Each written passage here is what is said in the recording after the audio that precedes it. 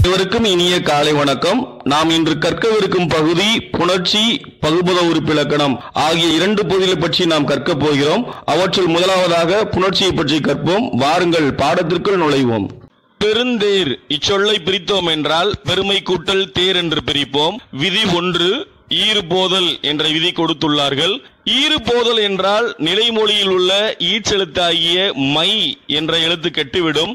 ஆதலால் பெரு கூட்டல் தேர் என்றுள்ளது. விதி 2 இனமிகள். வறுமொழி முதலெழுத்தில் தே என்ற சொல் உள்ளது. அந்த தேயை பிரித்தோம் என்றால் இத்து கூட்டல் ஏ என்று பிரிப்போம். இத்துக்கு இனமான எழுத்து என்ன எழுத்து என்றால் இந்து. அப்பொழுது இனமிகள் என்ற விதிப்படி பெருந்தேர் என்று ஆனது. உரனுடை இச்சொல்லை பிரித்தோம் என்றால் உரன் கூட்டல் உடை என்று பிரிப்போம்.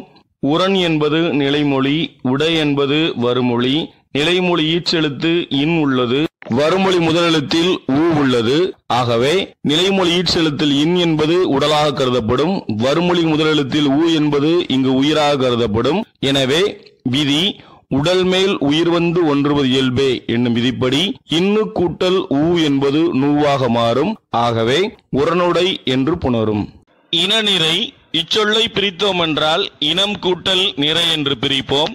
இனம் என்பது நிலைமொழி, நிறை என்பது வறுமொழி. விதி மவ்வீறு ஒற்றழிந்து. மவ்வீறு ஒற்றழிந்து என்றால் நிலைமொழி இறுதியில் இம் என்ற எழுத்துள்ளது. அதில் உள்ள இம் கெட்டுவிடும். எப்படி என்றால் மவ்வீறு ஒற்றழிந்து என்ற விதிப்படி இம் கெட்டு இன கூட்டல் நிறை என்று இருக்கும். சேர்த்தோம் என்றால் இனநிறை என்று புணரும். முன்னுடை இச்சொல்லை பிரித்தோம் என்றால் முன் கூட்டல் உடை என்று பிரிப்போம். இதில் முன் என்பது நிலைமொழி, உடை என்பது வறுமொழி. விதி 1 தனிக்குறில் முன் ஒற்று உயிர்வரின் இரட்டும் என்ற விதி கொடுக்கப்பட்டுள்ளது. நிலைமொழி பார்த்தோம் என்றால் மூ என்பது குறில் எழுத்து, இன் என்பது ஒற்றெழுத்து, வறுமொழியில் உள்ள முதல் எழுத்து உயிரெழுத்து ஊ என்பது. ஆகவே தனிக்குறில் முன் ஒற்று உயிர்வரின் இரட்டும் என்ற விதிப்படி முன் கூட்டல் இன் கூட்டல் உடை என்றாகும். விதி 2 உடல் மேல் உயிர் வந்து ஒன்றுவது இயல்பே. இதில் உடல் எது என்றால் இன் என்பது உடல், ஊ என்பது உயிர். ஆகவே இன் கூட்டல் ஊ சேர்ந்தால் நூ என்றாகும்.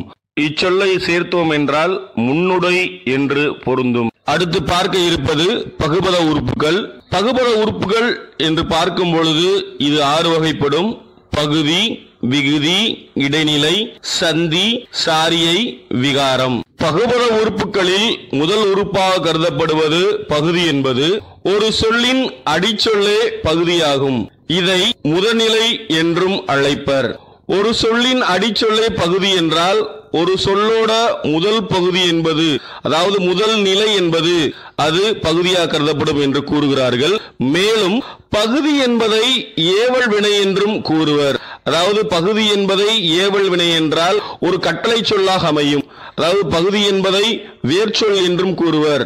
ஆங்கிலத்தில் கூறுவோம் என்றால் ரூட் ஆஃப் த வேர்ட் என்றும் கூறுவர். எடுத்துக்காட்டு கொடுத்தான்.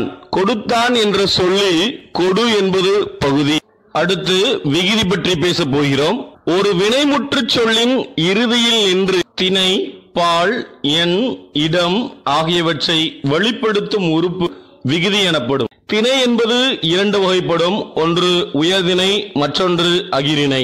பால் என்பது ஆண்பால், பெண்பால், பலர்பால், ஒன்றன்பால், பலவின்பால். முதல் 3 பால்கள், அதாவது ஆண்பால், பெண்பால், பலர்பால் என்பது உயர்திணைக்குரியது. ஒன்றன்பால், பலவின்பால் என்பது அகிரிணைக்குரியது. அடுத்து பார்க்க இருப்பது எண் என்பது. எண் 2 வகைப்படும். ஒன்று ஒருமை, மற்றொன்று பன்மை. இடம் என்பது 3 வகைப்படும். தன்மை, முன்னிலை, படர்க்கை ஆகிய 3ம் இடமாகும். அடுத்து இடைநிலை. பகுதிக்கும் விகுதிக்கும் இடையில் தோன்றும் உறுப்புக்கு இடைநிலை என்று பெயர். இவ்விடைநிலை கால இடைநிலை, எதிர்மறை இடைநிலை, பெயர் இடைநிலை என்று வகைப்படுத்தலாம். அதாவது பகுதிக்கும் விகுதிக்கும் இடையில் தோன்றுவதால் இதை இடைநிலை என்று அழைக்கிறோம். கால இடைநிலைகள் இறந்த கால இடைநிலை இத்து, இட்டு, இரு, இன்னு. நிகழ்கால இடைநிலைகள் கிறு, கின்று, ஆனின்று. எதிர்கால இடைநிலைகள் இப்பு இவ்வு. எதிர்மறை இடைநிலைகள் ஆ ஆள் இல் சந்தி பகுதி விகுதி இடைநிலை ஆகிய பகுபத உறுப்புக்கள் புணரும் போது இடையில் தோன்றும் உறுப்பு சந்தி எனப்படும். அதாவது பகுதி விகுதி இடைநிலை ஆகிய மூன்று உறுப்புகளும் புணரும் போது இடையில் தோன்றுவதே சந்தி எனப்படும். சந்தி பகுதிக்கும் இடைநிலைக்கும் இடையில் வருவது பெருவழக்காகும். அதாவது சந்தி என்பது எவ்விடங்களில் அதிகமாக வரும் என்றால் பகுதிக்கும் இடைநிலைக்கும் இடையில் அதிகமாக வரும் என்கிறார்கள். மேலும் இத்து இப்பு இக்கு என்னும் மூன்று எழுத்துக்களும் சந்தியாக வரும். அதாவது மெய்யெழுத்துக்களிலே இத்து இப்பு இக்கு ஆகிய மூன்று எழுத்துக்கள் மட்டும் சந்தியாக வரும் என்கிறார்கள். மேலும் உடம்படு மெய்கள் என்பது ஈயும் இவ்வும் சந்தியாக வருவதுண்டு. அடுத்து பார்க்க இருப்பது சாரியை. பகுதியோடு இடைநிலையும் இடைநிலையோடு விகுதியும் பொருத்தமாக சார்ந்து இணைய வரும் உறுப்பு சாரியை ஆகும். சாரியைக்கு பொருள் இல்லை. குறிப்பு: அன் என்பது விகுதியாக வரும்போது அன் என்பதே சாரியையாக வரும். ஆண் ஆள் ஆர் ஆகிய விகுதிகள் வரும்போது அன் சாரியையாக அமையாது. அதாவது அன் என்பது விகுதியாக வரும் பொழுது அன் என்பதே சாரியாக அமையும். ஆனால் அன் ஆள் ஆர் ஆகிய விகுதிகள் வரும்போது அச்சொல்லிலே அன் என்பது சாரியையாக அமையாது. அடுத்து இறுதியாக பார்க்க இருப்பது விகாரம். பகுதி விகுதி இடைநிலை ஆகியவை புணரும் போது அவற்றின் வடிவத்தில் ஏற்படும் மாற்றம் விகாரம் எனப்படும். ஓர் எழுத்து மற்றொரு எழுத்தாக திரிந்தும் கெட்டும் நெடில் குறிலாகவும் மாற்றம் பெறும். இத்தகைய மாற்றமே விகாரம் எனப்படும். எடுத்துக்காட்டு: கண்டான் இச்சொல்லை பாருங்கள். கான் என்பது பகுதியாக கருதப்படும்.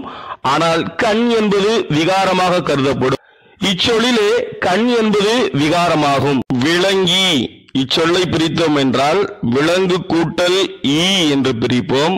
இச்சொல்லில் கட்டளை சொல்லாக, அதாவது ஏவல் வினையாக, அதாவது வேர் சொல்லாக முதல்நிலையாக வரக்கூடிய சொல் எதுவென்றால் விலங்கு என்பது. விலங்கு என்பது இச்சொல்லின் பகுதியாகும். இச்சொல்லோட விகுதி என்று பார்த்தோம் என்றால் வினையெச்ச விகுதி.